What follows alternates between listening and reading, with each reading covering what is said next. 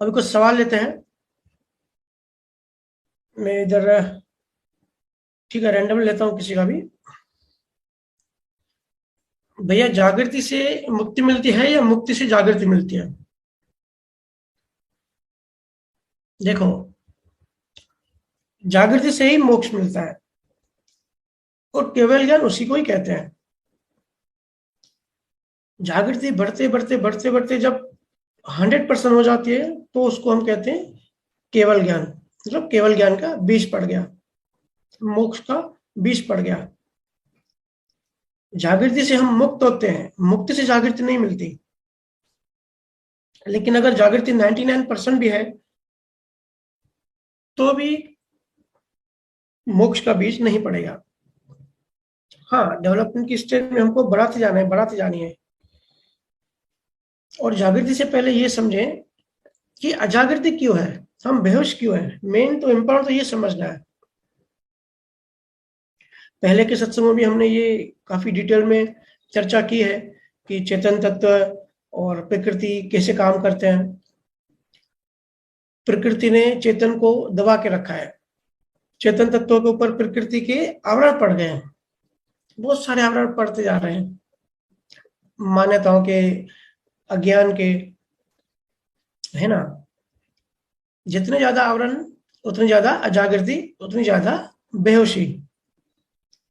और फिर इन्हीं मान्यताओं से कर्म बनते हैं और इन्हीं कर्मों से फिर जीवन बनता है। और जन्म मृत्यु का जो चक्कर है, दुष्चक्कर, ये चलता रहता है। तो ये सवाल जिन्होंने भी किया है, मैं उनको रिक्वेस्ट करूंगा कि पिछले 2-3 यूट्यूब के सत्संग सुने, जड़ तत्व का रोल और प्रकृति का रोल अच्छे से समझे। क्योंकि प्रकृति चेतन को सीमित कर देती है, उसके आवरण ही ऐसे हैं। 64 टाइप के तत्व होते हैं, दबा देती है रोशनी को। उसमें भी मेन प्रकृति में रजोगुण होता है, ठीक है। जो रजोगुण होता है उसका काम है मूवमेंट, चंचलता। हम कहते हैं ना कि भाई ये बच्चा बहुत चंचल है, ये एक जगह बैठ नहीं सकता। तो उस बच्चे की प्रकृति में क्या है, रजोगुण थोड़ा ज्यादा है। रजोगुण मतलब चंचलता। पर चेतन में कोई गुण नहीं, ये गुण नहीं है, ये तीनों माया के गुण है, प्रकृति के गुण है। इसके लिए चेतन चेतन तत्व का इसमें कोई रोल नहीं है। सिर्फ प्रकाश देना उसका रोल है, सिर्फ प्रकाश देता है, सिर्फ देखता है, सिर्फ देखना। जब भी आप साक्षी भाव में होते हो ना, जब भी आप ऑब्जर्व करते हो, जब भी देखते हो, मतलब आप चेतन के प्रकाश में हो, क्योंकि उसका वो रोल है। प्रकृति के बहुत सारे रोल हैं, हम सब धीरे धीरे वो समझ रहे हैं, लेकिन चेतनता का एक ही रोल है, प्रकाश देना। और अभी के काल में अगर जागृत नहीं रह सकते, बहुत मुश्किल लगता है बहुत जीवों को। अगर नहीं रह सकते तो कम से कम निश्चय तो कर ही सकते हो, या ऐसे निश्चय कर लो कि भाई सामने वाला इंसान है जिससे हमारे राग द्वेष बन रहे हैं। फॉर एग्जाम्पल, हम उसको शरीर मानते हैं कि सामने वाला इंसान अगर अनिल है, अगर हम शरीर मानते हैं तो हम बेहोश हो गए। फिर क्या होगा, राग द्वेष पैदा होंगे, फिर संसार पैदा होगा। या तो हम पसंद करेंगे या तो नापसंद करेंगे, क्योंकि हमने शरीर मान लिया। इसके लिए अगर जागृति नहीं आ रही है तो कम से कम निश्चय में तो उसको आत्मा मानो, सामने वाले को एक निश्चय कर लो कि भाई सामने वाला आत्मा है। फिर धीरे धीरे धीरे धीरे क्या होगा, जागृति बढ़ती जाएगी। और जैसे जैसे जागृति बढ़ती रहती है वैसे वैसे संसार अच्छा नहीं लगता। ये जो भौतिक सुख है ना, बहुत लोग कहते हैं ना कि भौतिक सुख है तो सही, लग्जरी लाइफ है, लेकिन मजा नहीं आ रहा। तो मतलब उसकी जागृति बढ़ रही है। देखो, 2 टाइप की जागृति होती है, एक संसारी जागृति और एक स्वरूप की जागृति। पहले संसार की जागृति के बारे में समझना है। संसार में जागृत होना है, कैसे राग द्वेष बनते हैं, कैसे पीड़ा, जलन, नफरत सब होता है, पैदा होता है हमारे अंदर, कैसे संजोग काम करते हैं। फिर जब इसमें जागृति बढ़ जाएगी फिर स्वरूप में अपने आप जागृत हो जाएंगे। इसके लिए जागृति, ये सब शब्दों में फर्क है। प्रकाश कहो, चेतन कहो, जागृति कहो, होश कहो, आत्मा में रहना कहो, सेपरेट होना कहो, ये एक ही चीज के अलग अलग वर्ड्स हैं। कृष्णामूर्ति ने भी कहा है, दो ही चीजें सिर्फ, कैसे भी करके अगर आपने अहंकार को जीरो कर दिया और जागृति बढ़ा दी, तो और कुछ करने की जरूरत नहीं है। बहुत सारे संतों ने कही है, लेकिन कृष्णामूर्ति सारी चीजों को रिजेक्ट करते हैं।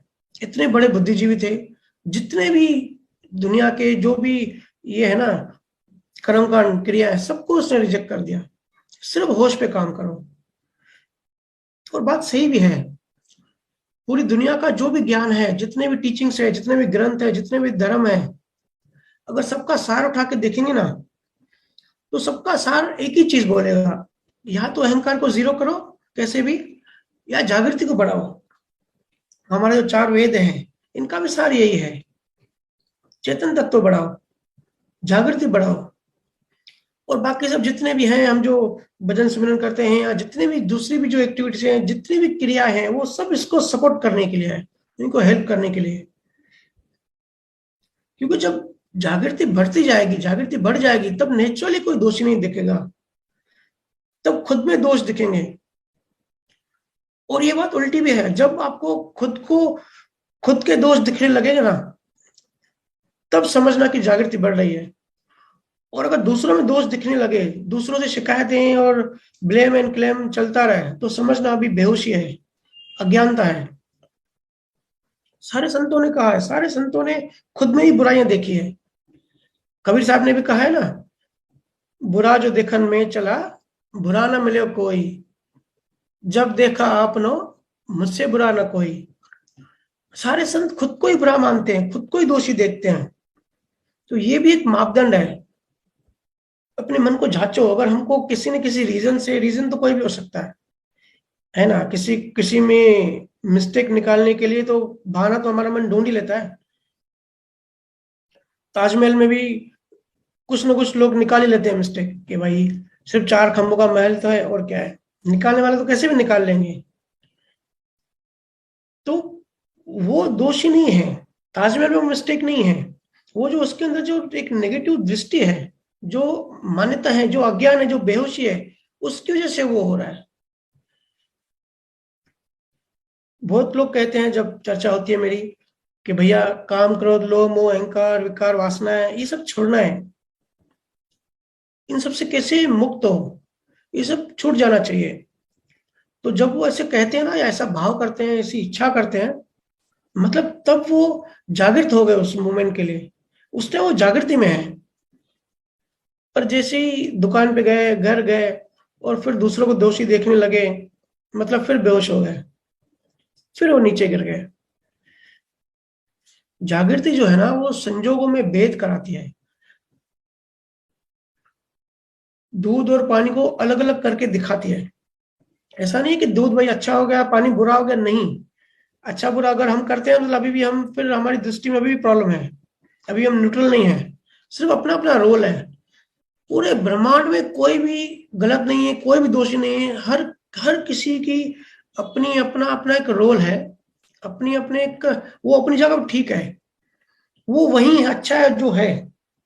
हम होते हैं ना, हम सब दूसरे धर्मों को गालियां देते हैं, लेकिन वो उस लोकेशन के लिए, वहां के लिए वो ठीक है। वो लेवल का भी फर्क होता है।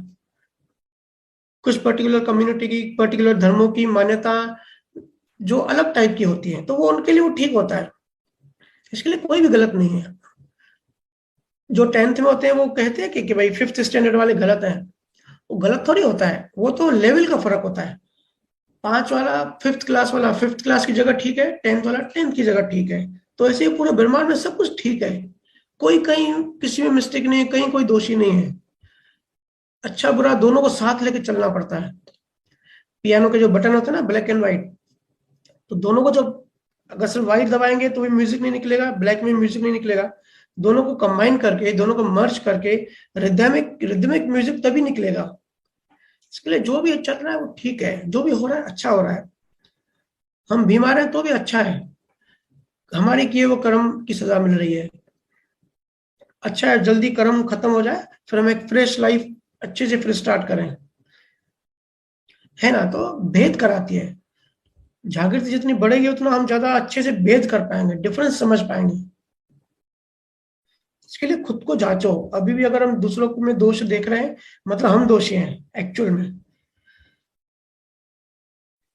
कबीर साहब की देखो ना, बिल्कुल पढ़े लिखे नहीं थे, बिल्कुल ग्रंथ वगैरह उन्होंने नहीं पढ़े थे, लेकिन कितनी जागृति कही जाएगी। पूरा का पूरा ग्रंथ है इस चीज पे। और ये दृष्टि अभी इस लेवल पे आना जरूरी है, क्योंकि ये अभी काल ऐसा चालू है कि अगर हम पुरुषार्थ करते हैं तो हम जल्दी से ऊपर चढ़ेंगे, और अगर हम छोड़ देते हैं, दृष्टि अपनी नहीं बढ़ाते हैं, तो फिर नीचे भी गिर जाएंगे। दोनों चीजें अभी पॉसिबल है, वो बड़ी स्पीड से होंगी, क्योंकि ये टाइम ही ऐसा चालू है। इस टाइम परमाणु ही सब ऐसे हैं। इसके लिए जागृति रखो। बहुत जीव तो बचपन से ही जागृति ले आते हैं, तो वो जब आप पूछते हो कि वो क्या था, तो मैं बता दो कि अगर इस जन्म में हमने जितनी जागृत हो गए, है ना, जितनी परसेंटेज में, तो नेक्स्ट जन्म में भी वो कैरी फॉरवर्ड होगा, और वहीं से उतनी जागृति हमारे बचपन से ही होगी। इसके लिए आप देखो, बहुत सारे बच्चे बहुत जागृत होते हैं अच्छे से। हम सब जब छोटे थे, हमारे यहाँ मेरे पापा एक साईं के पास जाते थे, तो हम सब भाई बहन कजिन सब जब छोटे थे, फोर्थ फिफ्थ में पढ़ते थे, तो वो साईं क्या करता था, जब भी एग्जाम्स होते थे ना, तो एक जो पेन आती है ना, बोलता था पेन लेके आओ और मैं मंत्र फूक के दूंगा, और वो पेन से आप एग्जाम लिखोगे तो पास हो जाओगे। तो हम तो खुशी खुशी जाते थे सब भाई बहन, साईं को पेन देते थे कि भाई ये साईं पेन पढ़ के दो, मंत्र पढ़ के दो। साईं भी पानी वानी लेके आंखें बंद करके ऐसे फू फू पता नहीं क्या क्या करता था, ऐसे हाथ वगैरह। तो हमको बड़ा मजा आता था देख के, और खुशी होती थी कि भाई अभी हम फेल नहीं होंगे। तो वो पेन देता था कि भाई अभी इसी पेन से ही आप एग्जाम लिख के आना। तो मुझे पहले से डाउट होता था, मैं ऐसे सोचता था कि ऐसे ऐसे कैसे पॉसिबल है, अगर हम पढ़ाई नहीं करेंगे तो ये पेन अपने आप कैसे चलने लगेगी, अपने आप राइट आंसर कैसे लिखेगी। फिर भी पापा अभी थे तो छोटे ही ना, पापा लेके चलते थे और सब भाई बहन सब खुश होते थे। तो मैं अपनी बहन से कहता था कि पेन खुद ब खुद लिख देगी क्या इन मंत्रों से। तो भाई बहन कहते थे भाई तू बेविश्वासी है, तेरे नास्तिक है, तेरे को विश्वास नहीं है, सवाल जवाब करता रहता है, विश्वास कर, काम हो जाएगा, एग्जाम में पास हो जाएगा। फिर मैंने एक एक्सपेरिमेंट किया।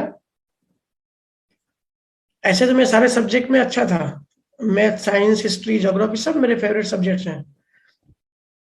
सिर्फ मराठी में बहुत वीक था। मराठी में मैं आज भी वीक हूँ, मैं रहता महाराष्ट्र में, लेकिन मुझे मराठी अभी भी बोलने नहीं आती, और लिखने भी नहीं आती, बहुत कम आती है।